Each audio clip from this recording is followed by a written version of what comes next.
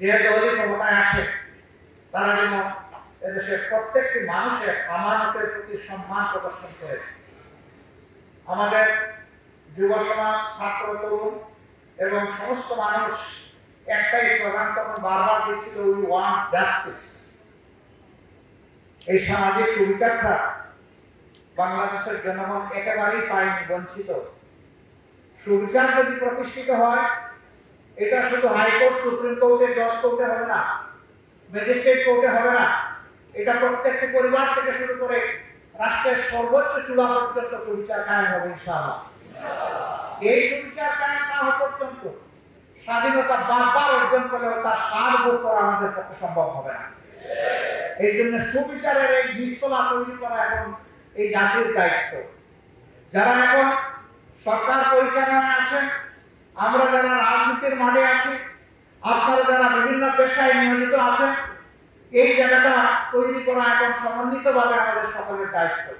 সাংবাদিকরা হচ্ছেন watch tower, তারা উপর থেকে সবকিছু দেখার চেষ্টা করে এবং তারা জনগণের ভাষা অনুযায়ী ভাষা বুঝেন, পড়েন এবং তা মানুষের সামনে তুলে ধরে।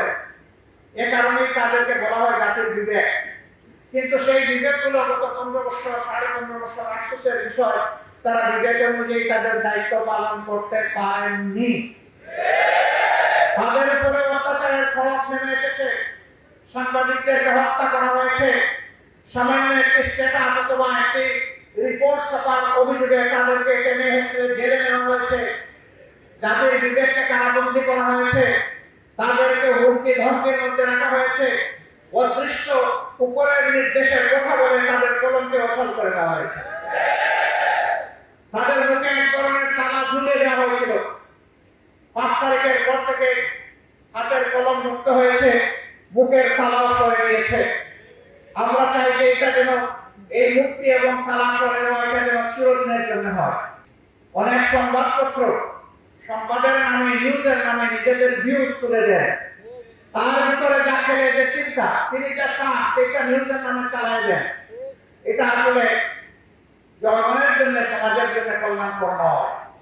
আপনি নিউজের জায়গায় নিউজটা দেন, ভিউজের জায়গায় আপনি ভিউজটা লেখেন, তাতে কোনো সমস্যা নেই।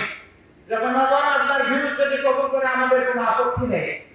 এই জায়গায় আমাদেরকে ফেয়ার স্ট্যান্ডার্ড এস্টাবলিশ করতে হবে। এই জায়গাটা যদি পরিচ্ছন্ন হয়, আমাদের বিচারাঙ্গন যদি পরিচ্ছন্ন হয়, তাহলে বাংলাদেশের মানুষের বেশিরভাগ ক্ষেত্রে মুক্তি অর্জিত হবে ইনশাআল্লাহ। অতএব এই দুই স্তম্ভকে আমাদের শক্তিশালী করতে হবে সকল কিছুর বিনিময়ে।